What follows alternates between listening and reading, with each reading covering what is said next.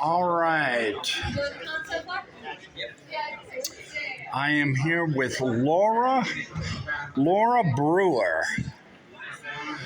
The I'm amazed at all that you create. Where you are an author. Yes. You create pottery, Yes, sir. soap, Yes, sir. and what's that? You're a Those are photographer? iridescents. She does the candles and Okay. All right. Where exactly do you get your creative drive from? um the Lord. You seem to have a lot of interest in the Lord. Yeah. You kind of have to.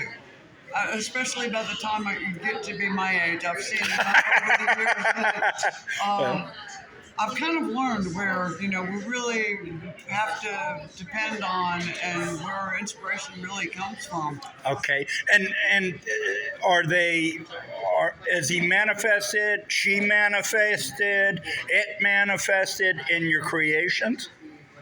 Um, to a certain extent, not as much with the pottery, of course, and the soaps, but more and more in the books, especially the Asgard series. It's not real overt, but I mean, we are talking about the armies of heaven, right? Okay, all right, So there's elements there. all right. But I try to keep it pretty subtle. It's not, it's not preachy and up in your face. It's Okay. just part of their lives. Right.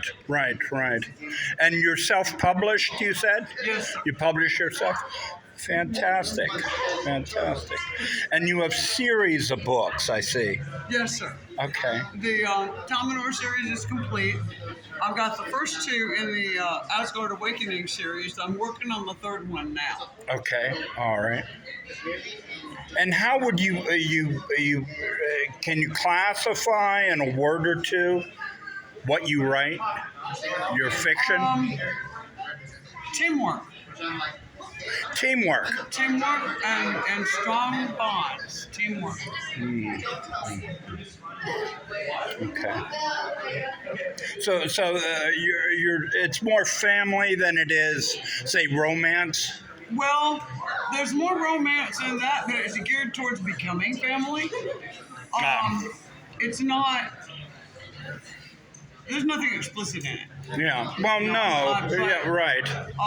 And this is definitely the Asgard series is definitely more family Okay. than romance. Okay. I mean, the main characters you find out from the very beginning, they're betrothed at birth. They know who they belong to. Okay. All right. Okay. So, and they actually belong to each other. Okay. And we don't have to go through all that. Right. Because I'm really not interested in writing all that if I can get away with it, especially at this time in my life. Okay. Do you have favorite authors? Oh, yeah. Probably the first and foremost would be Andre Norton. I mean, she's passed away. That's an old classic author, but she also won nearly every award available in the categories of science fiction and fantasy. Okay. You may remember her. Unless it's a movie and it's science fiction, it's very rare that I did. I was classic Yeah. literature, It's- any kind of writing. Andre Norton was. She published her first book in 1932, and she published her final book was published actually post-mortem in 2005. Very cool. Cool. She wrote a ton of books. Okay. And she's one of my strong influences.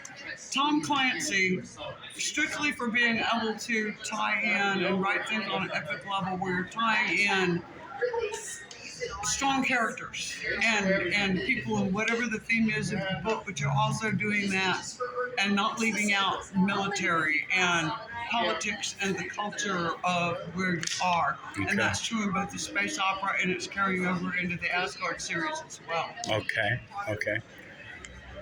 So culture will influence what you write. Current culture, their culture, not our I see. culture. So it's Their culture. I Because see. if you're dealing with an alien, okay, I think I know. in the Asgard series, because that's what I'm currently working on. Okay. So that's mostly where my head's at right now. Okay. In the Asgard series, there's things outside the walls that will literally kill you Okay. if you're careless. Okay. So they teach their children weapons. They teach them to fight, how to take care of themselves, how to find food, how to do all these things from the time they can walk. Right. So And they've got them in sword training with plastic swords, or not plastic, but wooden swords, learning how to do that. Literally, once they're walking steady, they start teaching the very basic form. So your fiction is based on a world entirely that you've created, Right. constructed, Yes. and it runs by the rules that you create for Yeah. that. And I see. Yes. It's not. Do you this find one it has difficult? This has a very distant connection to Earth, but it's nothing that really comes up in the story except when it's relevant in a very. It involves portal travel at one point. Okay. And so there is some external imports, you might say. All right. But that's kind of limited. And for the most part, this is its own world. Okay. All right. And that's several worlds. Okay. I had a great deal of fun designing the Zyrians in this. They're kind of reptilian. They're pretty easygoing nature because they've got a row of teeth. They look kind of like a smallish version of a T-Rex. Okay. And All right. but they're intelligent. They're a telepathic race, and they're extremely good engineers. And I had fun building the world that Right. cause that kind of thing. Do you that keep makes them to very the? gifted pilots. Do you keep to the? Do you keep to the rules of that world? Within that frame, yes. Okay. I Yeah. mean, that's only one world, and the books don't take place on that. But I had to think about what the world they came from was that would create, Right. and how I that see. ended up causing them to develop. So there's a lot of background in there that never actually shows up in the books. But they're great friends. They're extremely reliable. They're generally happy and pleasant natured to be around. Don't make them angry, please. Yeah, I see.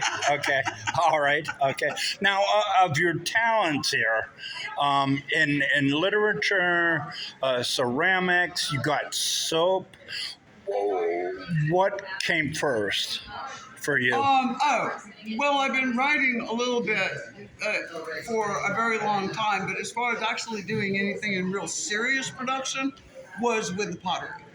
Okay. My husband and I have been in the SCA since we got married. Actually, he drug me into the SCA before I got married. The SCA, I'm sorry. Society for Creative Anachronism. We do the Middle Ages. Okay. Oh, So, I see. This is making and selling pottery, specifically for that market, made it possible for us to afford to do a whole lot. I see. Yeah, I see. all over Oh, the very place. cool. And they all have that sort of theme. Well, yeah, mostly Celtic. Okay. And then I do the hand sculpted dragons. I think this one might be the easiest one to see because it's highlighting it with black. And this is all hand thrown mid-range stoneware. It's not like your poured mold ceramic. If we were outside, I would toss that out on the ground and show you that no, it's not likely to break. Oh, I see. Okay. So, and I mix all my own glazes. Okay. They're all microwave safe, dishwasher safe, and food safe, except for the redstone glaze. You can't put that in the. I would not put that in the microwave. It will probably explode because it's 33% iron oxide, and I wouldn't put anything with that much iron in it in a microwave. Very cool. Very cool. Other than that. Very cool. I'm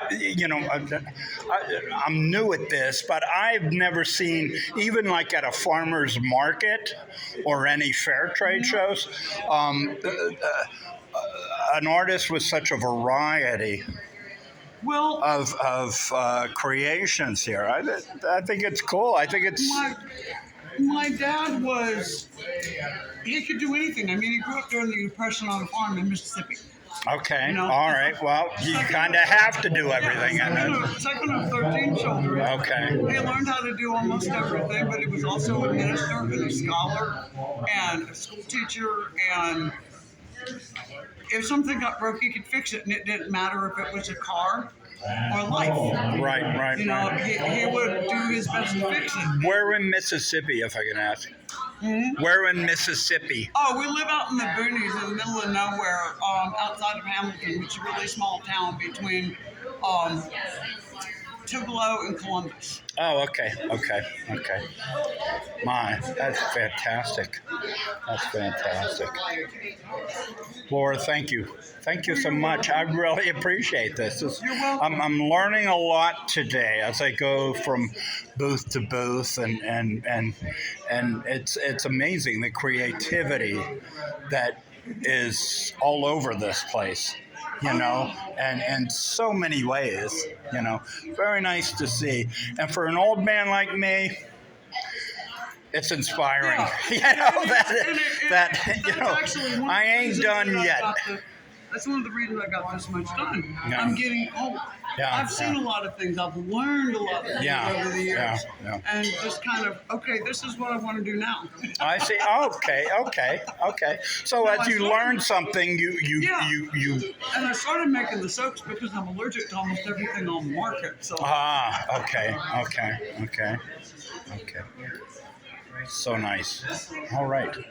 Thank you, Laura. Well, you're welcome, sir. From the Fanboy convention here, Knoxville, Tennessee.